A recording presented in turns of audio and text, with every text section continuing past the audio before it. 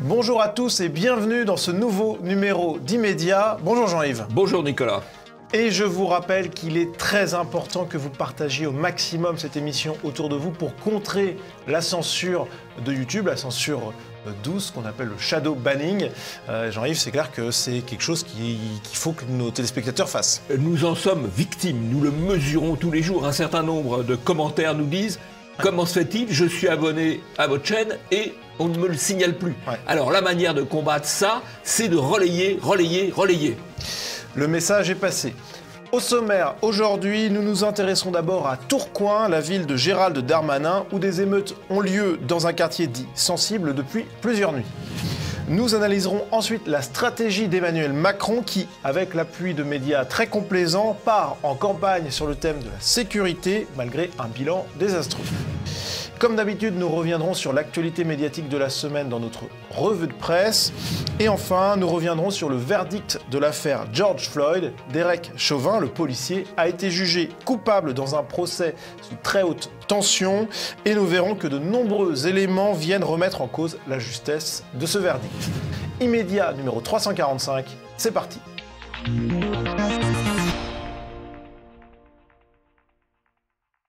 Et pour commencer cette émission, eh bien c'est l'image de la semaine. Et Jean-Yves, cette image, c'est celle de violence contre des policiers. Oui, alors ça peut paraître des images très banales finalement pour des images de la semaine, puisque ça se passe maintenant partout, des violences contre les policiers, des attaques aux mortiers, aux feux d'artifice. Banal, pourrait-on dire, banal dans la France de 2021. Sauf que là, c'est pas n'importe où. C'est à Tourcoing. À Tourcoing, la ville dont l'actuel ministre de l'Intérieur, M. Darmanin, a été le député, a été le maire, et dont il est toujours, tenez-vous bien, le conseiller municipal délégué à l'attractivité. Et donc, pendant que Macron nous enfume en parlant d'insécurité et de lutte contre l'insécurité, ça brûle dans la propre ville de son propre ministre de l'Intérieur. Et alors il y a eu un traitement médiatique assez habituel finalement quand on parle d'émeutes de banlieue, mais qui interpelle toujours, avec France Info qui parle d'une soirée agitée à Tourcoing, le HuffPost qui parle d'une troisième nuit de tension en parlant d'incidents, pour France Info encore des échauffourées, et puis La Voix du Nord qui parle de perturbateurs qui jouaient au chat et à la souris avec les policiers, en étant d'ailleurs en minimisant la violence, en parlant de tirs de mortier d'artifice très sporadiques et en déclarant si certaines scènes filmées reflètent une certaine violence, il donne ensuite la parole à des habitants. Si les policiers n'étaient pas là, il ne se passerait rien. Un discours partagé par plusieurs habitants des quartiers selon La Voix du Nord. Bah bien sûr. En fait, ce qui est en train de se passer actuellement, c'est une guerre de conquête territoriale. Et l'habitant qui dit si les policiers n'étaient pas là, il ne se passerait rien, ben non évidemment, puisque la conquête territoriale serait achevée.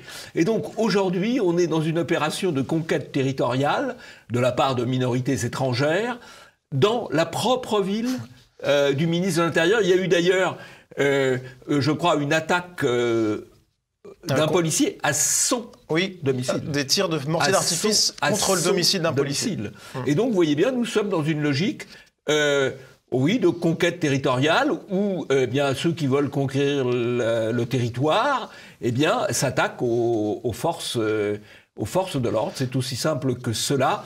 Et cela, c'est dans la ville du ministre de l'Intérieur, ce qui, dans un pays où les médias seraient libres, serait un événement majeur. Oui, il a pas été alors que là, ça a été traité, en gros, quelques petits échos, et la presse locale, c'est évidemment un événement majeur, et c'est, je crois, la première fois, me semble-t-il, qu'on a ce type d'événement dans la ville du ministre de l'Intérieur. Passons au premier sujet, sécurité, le coup de com' de Macron.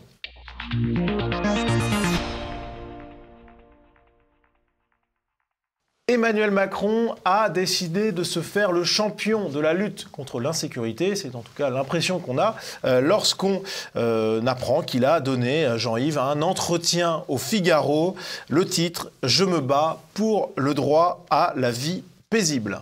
Comme c'est beau, comme c'est beau. Il pourrait s'occuper de la vie paisible dans la ville de son ministre de l'Intérieur. Bon, enfin, passons. Alors, il choisit le Figaro. Alors, c'est intéressant, le choix du Figaro, parce qu'évidemment, il pense s'adresser à un public un peu plus droitier, un peu plus sécuritaire, et ça ne scandalise pas. Alors que quand il s'était adressé à Valeurs Actuelles, là, il y avait eu des cris d'orfraie de la part des médias bien pensants. Donc, ça veut dire que pour eux, finalement, le Figaro, ça rentre quand même dans le courant des médias mainstream, des médias de grand chemin, avec un positionnement en apparence un peu différent de celui de Libération quand même. Voilà. Ouais. En tout cas, donc, il y a eu une large reprise dans les médias de cet entretien. Et dans cet entretien, Emmanuel Macron a évoqué la lutte contre la drogue. Il a évoqué un changement de loi sur la responsabilité pénale. Il a parlé d'un objectif 10 000 policiers et gendarmes supplémentaires. Et il a aussi évoqué, Jean-Yves, la généralisation des caméras piétons, donc un ensemble de mesures. Oui, alors il y a beaucoup de bavardage quand même. Quand il dit un débat national sur la drogue, encore un, oserait-on dire, un changement de loi sur la responsabilité pénale, encore un, pourrait-on dire, parce que ça fait quand même 40 ans qu'il y a des lois votées sur la sécurité. Si elles étaient efficaces, ça changerait. Or, en fait, il y a toujours des textes plus compliqués les uns que les autres, mais qui ne sont pas appliqués par le pouvoir. Macron, c'est pas le pouvoir législatif. Macron, c'est pas le pouvoir délibératif. Macron, c'est le pouvoir exécutif. On ne peut pas dire qu'on soit tout à fait convaincu. Alors, dans les annonces qui vont évidemment faire un argument de campagne électorale bien relayé par les médias, 10 000 policiers supplémentaires. Aujourd'hui, si l'on prend l'ensemble des effectifs policiers nationaux, gendarmes, policiers municipaux, et je ne compte pas les agents de sécurité privée, on doit être autour de 250 000 personnes. Donc 10 000, ça fait 4%. Sachant qu'il rentre chaque année 10% d'étrangers, peut-être un peu moins, 8 à 10% d'étrangers supplémentaires. Et que ces étrangers supplémentaires c'est un fait statistique, ça plaît peut-être pas, mais c'est un fait statistique, sont avec une forte proportion dans la délinquance. Ils sont surreprésentés dans la délinquance. Surreprésentés dans la délinquance. Manifestement, c'est pas comme ça qu'on va régler le problème. Ça permet d'en parler, mais ça n'est pas à l'échelle des problèmes. La vraie mesure pour lutter contre l'insécurité, c'est d'abord l'arrêt de l'immigration. Et puis il va falloir trouver aussi ces 10 000 personnes supplémentaires. Alors, après, il y a un problème de recrutement, parce que vous savez qu'il y a un problème de recrutement pour les professeurs, puisque les professeurs, ils ne veulent pas commencer leur carrière en banlieue, donc on trouve de moins en moins de candidats professeurs, et aujourd'hui, on trouve de moins en moins de candidats policiers, parce que c'est pareil, ils n'ont pas envie de se retrouver en banlieue à se faire caillasser, voire à se faire poursuivre par la justice s'ils essayent de résister. Et donc, on va les trouver comment ? C'est une bonne question. En tout cas, plutôt que d'y répondre, Emmanuel Macron s'est rendu à Montpellier pour une visite très médiatique. On note d'ailleurs que les journalistes se gardent de poser ce genre de questions. Très juste. Très juste. Alors que c'est un fait établi, reconnu d'ailleurs par le ministère de l'Intérieur, les difficultés de recrutement. Ça, les journalistes, il faudrait travailler. Alors là, on rêve. On ne peut pas à la fois faire la campagne de Macron et poser les questions qui fâchent. Et puis travailler. Oui, travailler aussi. C'est un travail à temps plein déjà, la campagne de Macron. Donc il y a eu cette visite à Montpellier qui a été très médiatisée. On a par exemple ce tweet de Guillaume Darey de France Télévisions. Emmanuel Macron a embarqué avec une équipe de la BAC de Montpellier dans une voiture banalisée pour une tournée de 40 minutes sur quelques points chauds de la ville.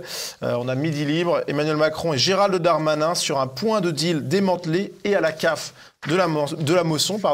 Donc Jean-Yves, il y a eu un gros émoi médiatique autour de cette visite. Alors ça, là aussi, on est dans la blague. Puisqu'il circule avec la BAC dans un quartier au début de l'après-midi, pendant la période du Ramadan, à l'heure calme. Il n'y a pas grand monde dehors. Évidemment, il irait le soir, il y aurait davantage d'ambiance. Hein, ouais. Voilà. Mais bon, là aussi, les journalistes, ils pourraient le dire, non? Ah ben il relaie. Alors, autre événement dans cette journée, c'était bien entendu la rencontre avec cette femme voilée qui lui a parlé de prénom. Je déplore le manque de mixité dans le collège de quartier. Les gens ne mettent plus les enfants dans le même quartier, ce qui est vraiment dommage. Monsieur le Président, j'ai mon fils qui a 8 ans. Il m'a demandé si le prénom de Pierre existait vraiment ou c'est que dans le livre. Tellement qu'il y a un manque de mixité dans le quartier. Oui, alors des Pierres, il y en avait un notamment à Floirac, Pierre Sourgin, un homme de 68 ans qui a été tué par un groupe de jeunes à qui il a fait une remarque. Il y a aussi, alors c'est pas un Pierre, c'est un Christophe à Villeneuve-d'Ascq. Il y avait un Christophe dans une cité de Villeneuve-d'Ascq, il a été tué à peu près pour les mêmes raisons. Voilà. Ouais. Alors évidemment, en fait, pourquoi il n'y a plus de Pierre dans ce type de quartier? Parce que la vie est devenue de plus en plus impossible, en particulier pour ceux qui ont des enfants. Et donc, ils partent ou ils les scolarisent ailleurs, c'est sûr. Alors en tout cas, cette rencontre entre Emmanuel Macron et cette femme voilée, eh bien, elle a énormément plu à Christophe Barbier. Intéressant de voir cette femme qui maîtrise parfaitement le français, qui est voilée, dont on ne sait pas si elle est française, de première, deuxième génération. Elle demande comment de la diversité. Elle veut juste la République. Elle veut la laïcité, donc la liberté de pratiquer la foi qu'elle veut, mais elle veut la mixité, l'école républicaine. Donc c'était, si j'ose dire, l'interlocutrice idéale pour que le président puisse montrer ce qu'il veut faire avec sa loi. Il est grandiose, Barbier. Il est grandiose. Il est grandiose. En 20 secondes, il nous dit, elle parle parfaitement le français. Ce qui n'est pas le cas. Ce qui n'est pas le cas. 2, il nous dit, elle défend la République, la laïcité. Elle n'en parle absolument pas. 3, alors ça, c'est là que c'est plus intéressant. Il nous dit, c'était l'interlocutrice idéale du président. Évidemment, parce qu'on est dans une opération de com. Alors, qu'est-ce qu'il a fait, le président ? Il a organisé le voyage, ses conseillers en communication ont choisi les éléments de langage, et ensuite, la préfète et les services préfectoraux ont choisi les bons interlocuteurs pour tenir le bon discours. Et on avait déjà eu à Montpellier une petite campagne sur le thème on veut des enfants blonds dans nos écoles. C'était en 2015. Voilà. On a vu d'ailleurs aussi la même campagne en Essonne, etc. Donc là, on a choisi les éléments de langage qui permettent à Macron de faire passer son message, qui n'est pas un message de sécurité ou de fermeté, qui est un message dit de mixité, c'est-à-dire d'imposer toujours plus d'immigration aux Français, en particulier aux Français les plus pauvres. Alors justement, on a Emmanuel Vargon, qui est ministre du gouvernement, qui a reparlé de ce sujet, et notamment de mixité sociale. La prise de parole de cette femme très forte hier, c'est bien la demande de mixité. La demande de mixité de la part de populations pour lesquelles on pense qu'on a une forme de préjugé, pensant que chacun veut rester entre soi. Et en fait, c'est pas vrai. Et moi, je me déplace beaucoup dans des quartiers populaires, en ville, dans la ruralité. Et les gens, en fait, sont en demande de cette mixité sociale. Et ce que cette femme dit, c'est une demande de mixité sociale et de mixité culturelle. Moi, c'est pour ça que je me bats pour qu'il y ait du logement social partout. Parce que le logement social, c'est le logement de tous les Français, c'est le logement de 70% des Français. Et le logement social, c'est un instrument parmi d'autres de cette mixité fondamentale dont on a besoin. Je pense que c'est extrêmement important, cette volonté qu'on a de tous vivre ensemble et de respecter des cultures différentes et de se mélanger entre classes sociales, elle existe. Bon, alors, Madame Vargon, on va rappeler quand même un petit peu le contexte. Son père n'est pas responsable de son père, a été ministre d'immigration de Giscard d'Estaing. Et donc, si la politique qu'il avait conduite, peut-être qu'il a saboté de Giscard d'Estaing, avait été efficace, le problème n'existerait plus aujourd'hui. Elle nous dit plus de mixité sociale, plus de mixité culturelle. En fait, allez, disons les mots, c'est plus de mixité ethnique, plus de mixité raciale, plus de mixité religieuse, et elle veut, par sa politique du logement, imposer la présence d'un nombre supplémentaire d'immigrés, en particulier, je me répète, aux Français les plus pauvres, parce que les autres, ils partent. Ça s'appelle le white flight. Alors, d'ailleurs, Madame Vargon est très bien placée pour parler de cela, puisqu'elle-même habite une belle villa à Saint-Mandé. Alors, pour ceux qui ne connaissent pas l'Île-de-France, c'est l'une des villes les plus chics de l'Île-de-France, c'est l'équivalent de Neuilly, si vous voulez. Vous avez Neuilly à l'ouest, comme ville la plus chic, et vous avez Saint-Mandé à l'est, à côté de Vincennes et du Bois. Voilà. Et elle, depuis sa villa de Saint-Mandé, elle veut imposer la mixité sociale. Et bien entendu, les médias ne lui posent pas la question. Ouais. C'est sûr que si elle vivait quelques mois dans un logement social à Saint-Denis ou à Trappes, peut-être qu'elle reverrait un petit peu sa position sur le logement social et la richesse du vivre ensemble. Je pense qu'on pourrait se contenter de quelques semaines, voire de quelques jours, voire de quelques heures. Mais voilà des questions que les médias pourraient poser quand même. C'est vrai. Hein? Donc, en tout cas, ce qui est incroyable, tout ça, c'est qu'on a l'impression, c'est une impression, je pose la question un peu naïvement, mais je pense qu'on a la réponse, on a l'impression que Macron est tout simplement en campagne. En tout cas, c'est ce qui transparaît quand on l'écoute parler aux policiers à Montpellier. Et merci infiniment de cette action. Je sais que les temps ont été durs pour certains et continuent à l'être. On est déterminés, on va surtout s'en donner les moyens et vous en donner les moyens, parce que c'est ce qu'on vous doit. Bah là, il est en mode promesse. Hein. Oui. Donc, il promet des moyens aux policiers. Il y a quelques mois, sur Brut, c'est pas des moyens qu'il promettait aux policiers. Là, il s'adressait à un public, on va dire, banlieue, un public racaille, sur Brut. Et là, il promettait davantage de contrôle de leur action en mettant en place une plateforme avec la LICRA, avec le défenseur des droits, et j'en passe. D'ailleurs, apparemment, ça n'a pas beaucoup avancé. Bon, mais c'est les promesses, quoi. Il segmente et il tient à chaque catégorie ce qui convient, tout en faisant quand même avancer son projet, qui est toujours plus d'immigration, qui peut difficilement déboucher sur davantage de sécurité. En tout cas, Jean-Yves, cette campagne, elle a été donc massivement relayée par les médias. Sauf qu'il y a une réalité de l'insécurité en France qu'il faut quand même souligner. On peut par exemple prendre l'exemple de certaines églises qui ont souffert. Alors, il y a une église qui a plus que souffert. Il y a une chapelle du XVIe siècle qui a brûlé. C'est quand même extrêmement, extrêmement triste. Les incendies d'église, c'est un phénomène nouveau, à cette échelle en tout cas. On a eu, évidemment, c'est moins grave, on a eu des tags sur la basilique Saint-Cernin, la basilique romane, 11e, 12e siècle de Saint-Cernin à Toulouse. C'est des tags, c'est moins grave. Sauf que pour une mosquée, les tags, ça justifie le déplacement du ministre de l'Intérieur, comme on l'a vu lors de l'affaire de Rennes il y a une semaine ou 15 jours. Voilà. Et puis, il y a toutes ces autres formes d'insécurité. L'affaire de l'escalier, par exemple. Les violences à personne. Cette femme précipitée dans un escalier, ce qui est un acte d'une grande violence. Voilà. Et on a également eu aussi une autre affaire qui est plus grave en soi, évidemment. C'est celle des policiers brûlés à Viry-Châtillon, Jean-Yves, avec un verdict trop clément pour Thibault de Montbrial, qui, dans le Figaro, parle d'un naufrage judiciaire. Oui, alors, Montbrial est l'avocat de l'État, l'avocat des policiers en règle générale. Bon. Donc, il défend ses clients. C'est quand même assez rare qu'un avocat parle de naufrage judiciaire. Bon, même s'ils ne sont pas toujours contents des jugements ou des verdicts, là, il parle de naufrage judiciaire. Pourquoi ? Parce qu'il y a eu beaucoup d'acquittements, plus d'acquittements qu'en première instance. 3 acquittements supplémentaires. Alors, on peut dire, bah oui, mais on n'avait pas tout à fait les preuves. Enfin, ça dépend, on n'est pas toujours aussi regardant. On y reviendra. On y reviendra. Mais surtout, il y a un affaiblissement des peines des gens qui sont considérés comme coupables. Donc là, il n'y a plus de doute, en tout cas dans la décision judiciaire, alors que c'est évidemment gravissime. Une tentative de meurtre par incendie sur des policiers, c'est gravissime. Ouais. Bon, pour la justice, finalement, c'est pas bien grave.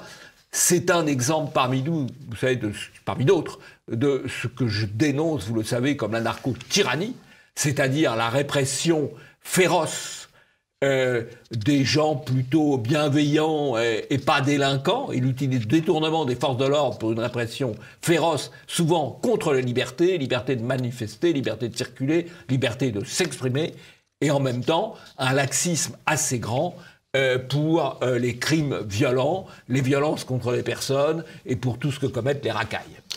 Alors Jean-Yves, il y a eu une phrase qui a fait débat. L'avocat général qui, lors de son réquisitoire, aurait déclaré, en parlant des accusés, qu'ils étaient une richesse pour notre société ou notre pays.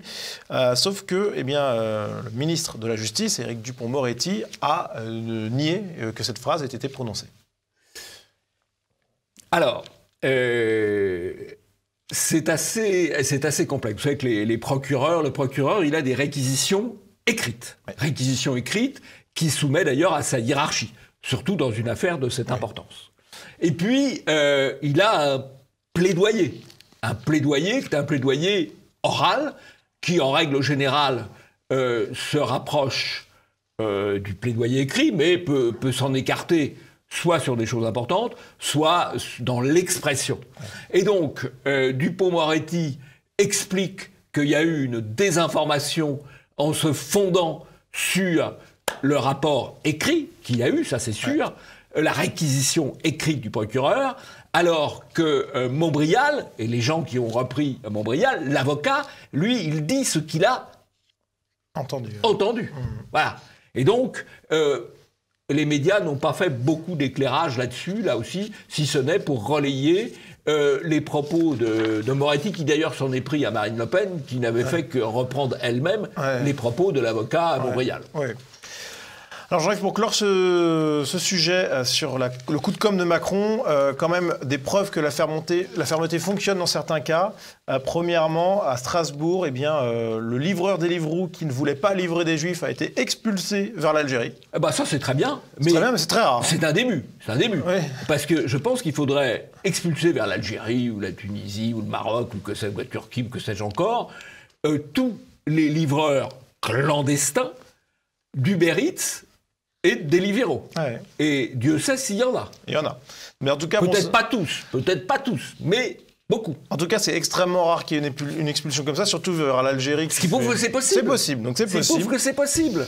Et autre élément, c'est avec le retour des frontières dû au coronavirus, la hausse spectaculaire du nombre de clandestins et de passeurs arrêtés aux frontières, Jean-Yves.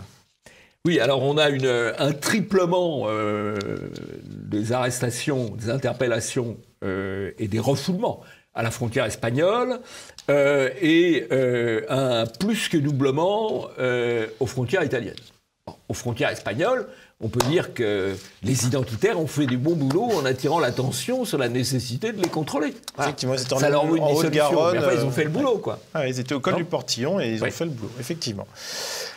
Passons à la revue de presse.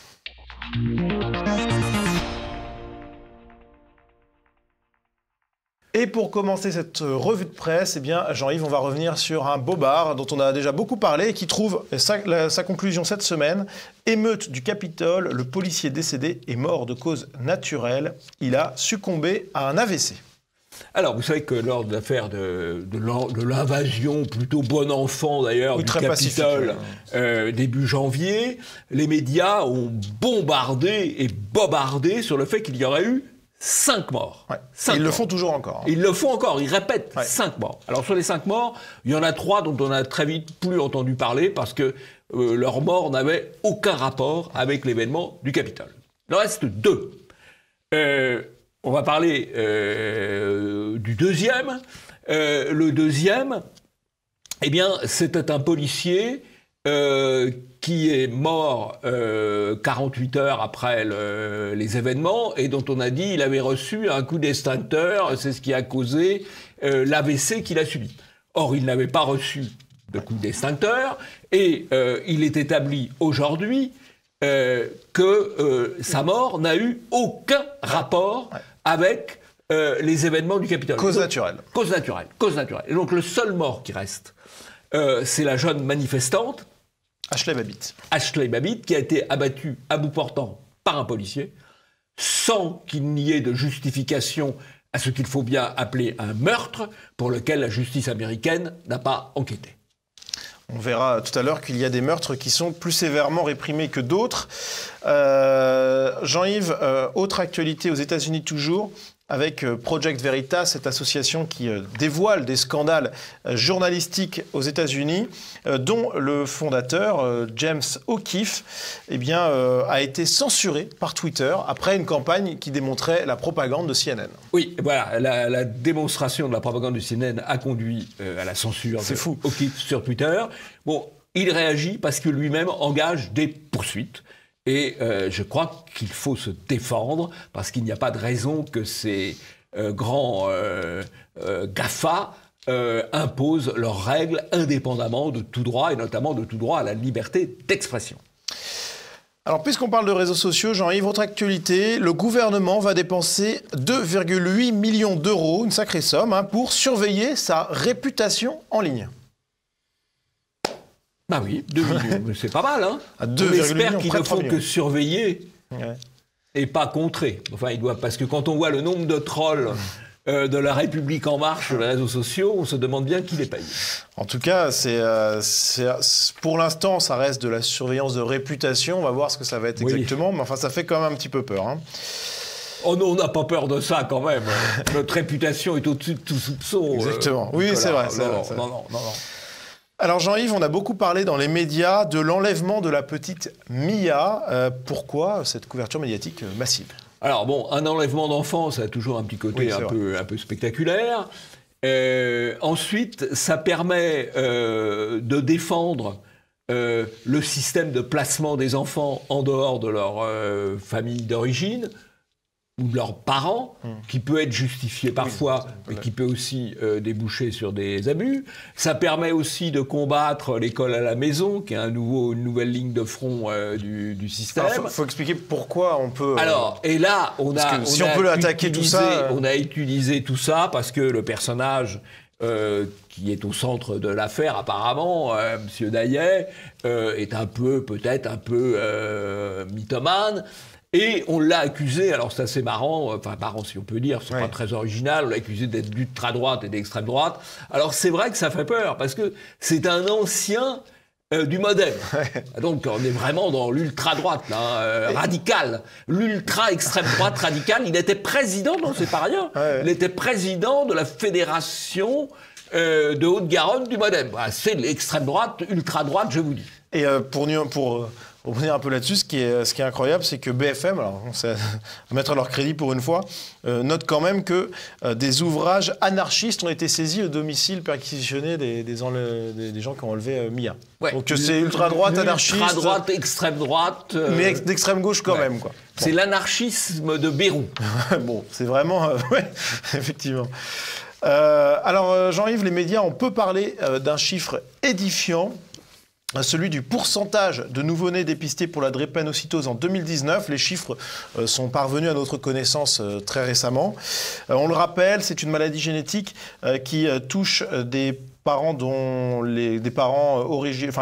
dont les parents sont originaires de départements d'outre-mer, l'Antilles, la Guyane, la Réunion, l'Afrique noire, le Cap-Vert, l'Amérique du Sud, notamment le Brésil, l'Inde, Madagascar, les Comores, etc. L'Afrique du Nord également, le pourtour méditerranéen et le Proche-Orient. Et Jean-Yves, les chiffres sont sortis des nouveau-nés dépistés à cette maladie, ce qui permet de donner une cartographie un petit peu de la naissance des naissances extra-européennes. Voilà, alors ce qu'on constate, c'est qu'il y a une augmentation constante, il y a à nouveau une augmentation en ce qui concerne les nouveau-nés dépistés. On était à 31% en 2010, à 39% en 2016, et on est maintenant à 42% sur l'ensemble du territoire métropolitain. Donc il y a toujours une progression. C'est un ordre de grandeur, parce que peut-être qu'on dépiste des gens qu'on ne devrait pas dépister, peut-être qu'il y a des gens qu'on devrait dépister qu'on ne dépiste pas, c'est jamais parfait. Oui. Mais ça, on ne dépiste pas non plus, sans doute, les enfants qui naissent au domicile, mais qui sont en très petit nombre, puisqu'il y a moins de 5% des naissances qui ont lieu à domicile. Bon. Puis les Asiatiques ne sont pas compris dedans, donc c'est un ordre de grandeur. C'est un ordre de grandeur. Ce qui est notable, c'est qu'il est en augmentation, et que les chiffres sont particulièrement forts en Île-de-France, où ils sont de 74%. Voilà. C'est peut-être la dernière année pour laquelle on dispose des chiffres, puisque pour éviter de les connaître, d'avoir à les connaître, on va casser le thermomètre et sans doute généraliser le dépistage à tous les enfants, y compris à ceux qui n'ont rigoureusement aucun risque d'être dépistés à cette maladie, puisqu'encore une fois, elle est liée à certaines zones. Voilà. Ouais, effectivement, dès 2020, a priori, on a des témoignages selon lesquels il y a une généralisation qui est effectuée notamment dans des maternités parisiennes. Jean-Yves, actualité médiatique et radiophonique avec les audiences radio qui sont connues. Eh bien, les radios enregistrent une perte d'audience historique, note Le Monde. France Culture qui titre « C'est une sorte de crash ». Alors, on a quand même France Inter qui reste leader, mais RTL et RMC en difficulté. Jean-Yves, que dire de cette actualité ? Alors, je crois que c'est sans doute un phénomène important, peut-être générationnel, les jeunes écoutent moins la radio, lié aussi probablement aux événements. Oui. Les gens circulent moins, or on écoute la radio quand on marche, quand on fait du vélo, quand on est dans les transports en commun, quand on est en voiture, donc ça peut être aussi un phénomène. Il y a le développement effectivement de la présence directement sur les médias, sur son smartphone, sur son ordinateur. Bon, voilà, des explications. Il y a peut-être aussi le fait que les radios répondent pas tellement à la demande. Bon, il y a finalement des radios qui peuvent répondre à une demande de gauche, qui sont les radios de service public. Malheureusement. France Info, France Inter. Revenir sur cette phrase 2 secondes, en fait, les radios qui répondent à la demande d'auditeurs de gauche, ce sont les radios de service public. C'est incroyable. Absolument, c'est incroyable. Oui, c'est pas un lapsus de ma part. Par contre, les autres radios, elles ne peuvent pas répondre. Elles répondent moins aux auditeurs de gauche. Donc elles ne les ont pas, et elles répondent évidemment pas aux auditeurs de droite, puisqu'elles sont politiquement correctes. Voilà. Ouais. Alors, autre actualité médiatique, Jean-Yves, France Info qui titre « J'ai perdu 15 amis en un mois. Au Brésil, des habitants racontent un an de pandémie de Covid-19 hors de contrôle ». C'est un article de Élise Lambert. Oui, alors là, et le coup des 15 amis de 25 à 40 ans. C'est-à-dire dans une tranche de population où il y a moins de morts du Covid que de la grippe. Ouais. Bon, donc c'est évidemment complètement fantaisiste comme affirmation. C'est pas contrôlé. Ça rappelle d'ailleurs un bobard qu'on a eu il y a 15 jours ou 3 semaines, je ne sais plus, sur les 20 parents d'élèves qui seraient morts à Drancy. Oui. Dans un lycée de Drancy, 20 parents d'élèves seraient morts. Évidemment, c'était là aussi une information totalement fantaisiste. Alors, on nous sort des chiffres absolument extraordinaires sur le Brésil. Oui. Alors, on va dire les chiffres. Les chiffres, ceux qui sont significatifs, ce sont les chiffres rapportés à la population. Alors, rapportés à la population, le Brésil nous dit que la situation est apocalyptique. Il y a 20%, c'est pas négligeable, 20% de morts en plus par habitant, 180 par 100 000 habitants, alors qu'en France, on est à 150 par 100 000 habitants. Oui. C'est pas négligeable, c'est pas radicalement différent non plus.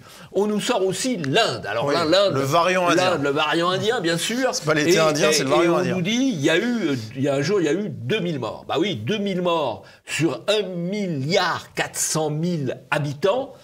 Ça fait 1,4 milliard. 400 millions, 400 000, 1,4 milliard d'habitants, ça fait l'équivalent de 100 morts en France.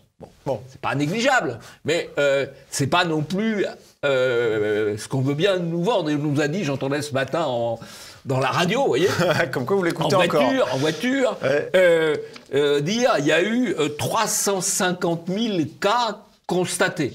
Bah oui, 300 000 cas constatés, ça équivaut à 17 000 en France. Alors là aussi, soyons prudents, parce que est-ce que tous les morts sont recensés ? Est-ce que tous les cas sont recensés ? En ce qui concerne la France, on sait d'ailleurs qu'en ce qui concerne les morts, on compte les gens qui meurent avec le Covid, mais pas forcément du Covid. Donc toutes ces statistiques sont évidemment doivent être analysées. C'est pas les médias qui vont s'en charger. C'est pas les médias qui vont s'en charger, mais en tout cas, les médias, par contre, ils se chargent de choisir le chiffre qui fait peur. Ouais, exactement. Et alors maintenant, comme il n'y a plus trop de chiffres qui font assez peur en France, ni en Europe, hop, on va les chercher dans le reste du monde. Autre actualité médiatique, Jean-Yves, Libération qui faisait sa une sur Barbarin, hein, sur la condamnation du cardinal Barbarin en 2016, et finalement, autre traitement. Grande classique, plusieurs unes sur la condamnation et le procès de Barbarin, un entrefilet pour dire finalement il n'y avait rien. Ouais, c'est classique. Judiciairement, il n'y avait rien. Voilà. Autre affaire un petit peu similaire, celle du faux complot des néo-nazis de Châteauroux, c'est dans Présent qu'on apprend... Il y a eu 20 ans de persécution judiciaire pour rien. Alors, il y a eu une grande affaire des néo-nazis de Châteauroux, ça faisait très peur, hein, il y a 17 ans. Ouh là là, les néo-nazis de Châteauroux. Ouais. Bon, il n'y avait rien.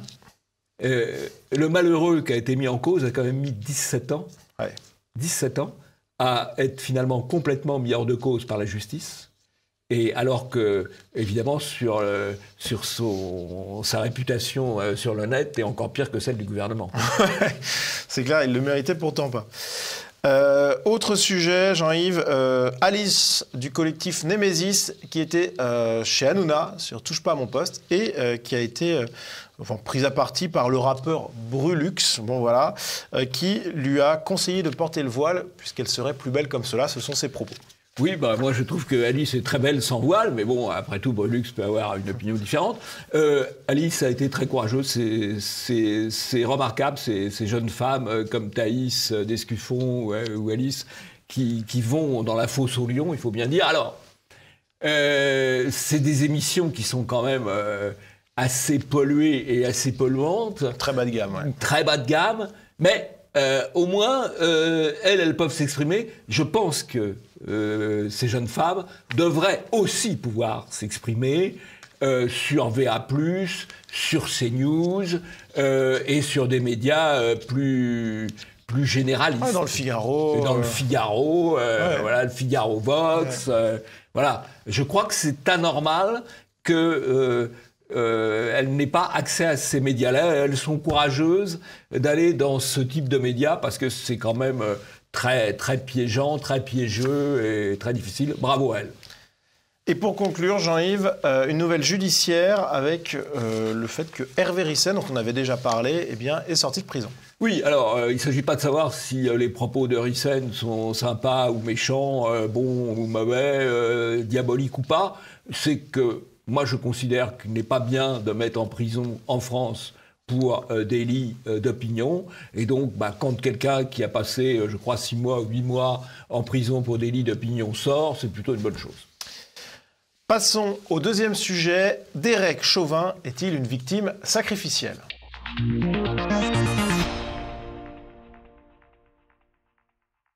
Le verdict a été rendu par le jury. Derek Chauvin a été jugé coupable du meurtre de George Floyd. On avait déjà évoqué, Jean-Yves, dans le immédiat numéro 343, plusieurs éléments qui mettaient en doute sa responsabilité, ou en tout cas sa culpabilité. En tout cas, il y avait des éléments qui semaient le doute.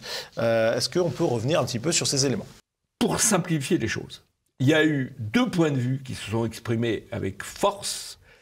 Il y a eu le point de vue des procureurs qui a dit « Nous allons vous démontrer contre l'avis des légistes qu'il est responsable de la mort par asphyxie du Floyd ». Et il y a eu l'avis du médecin légiste qui a procédé à l'autopsie qui disait « Floyd n'est pas mort d'asphyxie, il est mort d'arrêt cardiaque et dans les causes de cet arrêt cardiaque, il y a effectivement l'interpellation policière, mais il y a aussi la prise de drogue à des doses plus que mortelles. Et par conséquent, dans un état de droit, le doute bénéficie à l'accusé. Et donc, le doute aurait dû bénéficier à Derek Chauvin. Mais nous ne sommes pas dans un état de droit aux États-Unis, nous ne sommes plus dans un état de droit aux États-Unis, et les jurys se sont prononcés sur une pression terrible qui s'exprimait dans les médias, y compris dans les médias qui donnaient leur description. Alors qu'en général, on protège le jury, l'anonymat du jury. Là, l'anonymat n'a pas été complètement violé, mais on a décrit qui ils étaient. C'est le média local Star Tribune qui a donc alors, respecter entre guillemets l'anonymat des jurés en ne dévoilant pas leur prénom et leur nom, mais qui par contre dévoilaient leur âge, leur métier, leurs occupations et leur lieu de résidence. Donc c'était pas compliqué de revenir à ça. Et d'ailleurs, ça a été largement dénoncé par des observateurs, mais le problème, c'est que le mal était fait. Et pour revenir aussi sur des éléments qui sont apparus lors des auditions du procès, on a appris, c'est assez incroyable, que des pilules de drogue, qui étaient un mélange de fentanyl et d'amphétamine, ont été retrouvées à moitié ingérées puis recrachées dans la voiture dans laquelle George Floyd a été interpellé, ainsi que dans la voiture de police, avec l'ADN de George Floyd sur ces pilules. Donc, ça tendrait quand même à montrer qu'il a tenté d'ingérer ces pilules avant ou pendant le contrôle pour les cacher. Et aussi, il y a eu l'audition du médecin légiste qui a été longuement entendu, près de 2 heures d'audition, et qui a maintenu qu'il n'y avait pas eu d'asphyxie selon lui. Et ça, les jurés ne l'ont pas entendu. Ils ont plutôt écouté les procureurs, qui, je le rappelle, vous le disiez, mais lors du début du procès, avaient déclaré, c'est le média Star Tribune qui le relève, le procureur principal a déclaré aux jurés que bien que le légiste ait conclu à une mort par arrêt cardiaque, les procureurs prouveraient que George Floyd était mort par asphyxie. Enfin, c'est vraiment incroyable, quoi. C'est assez extraordinaire. Et autre chose qui est extraordinaire, c'est le traitement par les médias français. On a le cas du Monde, par exemple. On pourrait en dire beaucoup, mais le temps nous est compté. L'émission arrive à sa fin. Avec ce titre, « Mort de George Floyd, l'Amérique soulagée par un verdict historique ». C'est un article de Carrie Newton, un correspondant du Monde à New York. Donc elle commence déjà en parlant du racisme systémique qui ronge l'institution policière. Alors on va vous donner 3 chiffres. 3 chiffres. On fait un peu de statistiques. Ouais. Voilà, c'est moins fort que l'émotionnel, mais ça faut quand même en faire. Alors, les chiffres. D'abord, dans l'ensemble des Américains tués par la police, il y a 29% de Noirs. 29% de Noirs parmi les gens tués par la police par balle. Ou tués par la police. Tués par la police. Alors c'est vrai que c'est plus que la population afro-américaine qui représente 13% de la population américaine. Sauf que 29%, c'est inférieur, vous en conviendrez, à 48%.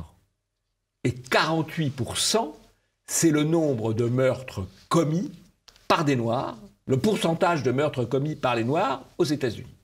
Donc, pour récapituler, ils sont 13% de la population, mais ils commettent 48% des meurtres. 48% des meurtres contre des Blancs, contre des Asiatiques, et aussi beaucoup, essentiellement, d'ailleurs, contre des Noirs. Donc, vous voyez qu'il n'y a pas...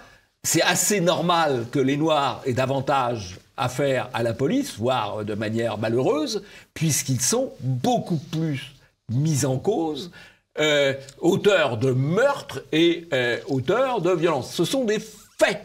Ce sont des faits. On a d'ailleurs le même phénomène en France. On pourrait rajouter quelque chose.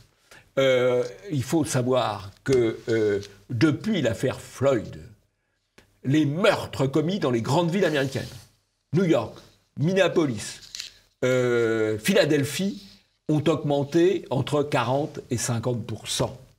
Et ces meurtres, beaucoup des victimes doivent en être des Noirs, d'ailleurs, tués par d'autres Noirs. C'est ça la réalité, puisque la police s'est un peu retirée de ces villes.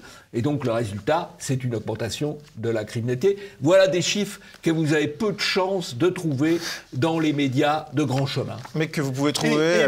Et même, malheureusement, dans les médias, on va dire, semi-alternatifs, qui pourraient faire davantage d'efforts. Et tous ces chiffres, vous pouvez les retrouver sur le site de Polémia ou même sur mon site personnel, puisque c'est moi qui ai rédigé cet article. Les Noirs américains tués par la police ne sont pas victimes de racisme. Vous retrouverez également des études sur la question, des études sociologiques et scientifiques qui démontrent bien qu'il n'y a pas de biais raciste contre les Noirs lorsqu'on parle des tirs policiers mortels. Toujours dans cet article du Monde qui vaut son pesant de cacahuètes, Jean-Yves, on va aller sur cette photo d'illustration où on voit Joe Biden comme un saint, finalement. Oui, c'est bon. Je ne comprends pas, d'ailleurs, que la réalisation de TV Liberté ne me mette pas aussi une auréole, et à vous, il n'y a pas de raison, c'est injuste. Ouais, mais on voit vraiment que c'est une faute, c'est fait exprès, c'est volontaire. Mais c'est pas la première fois qu'on le signale. Oui, c'est vrai. On avait d'ailleurs signalé une fois Joe Biden en saint et Trump en diable. Voilà, donc vraiment là, on y va dans la propagande. Hein, on ne lésine plus sur les moyens. Alors pour conclure, Jean-Yves, est-ce que finalement, Derek Chauvin, ça a été une victime sacrificielle ? C'est une victime sacrificielle et je crois, je le redis, c'est la fin de l'état de droit, comme la fraude lors de l'élection américaine, où les fraudes ont été un élément de recul de l'état de droit. Voilà, on nous bassine avec l'état de droit, c'est fini. Donc, victime sacrificielle d'une nouvelle religion, celle de l'autre avec un A majuscule. Jean-Yves, pour conclure cette émission, vous avez un coup de chapeau. Un coup de chapeau à Thaïs Descuffon, qui signale un fait absolument incroyable. Là encore, on est dans l'anarcho-tyrannie.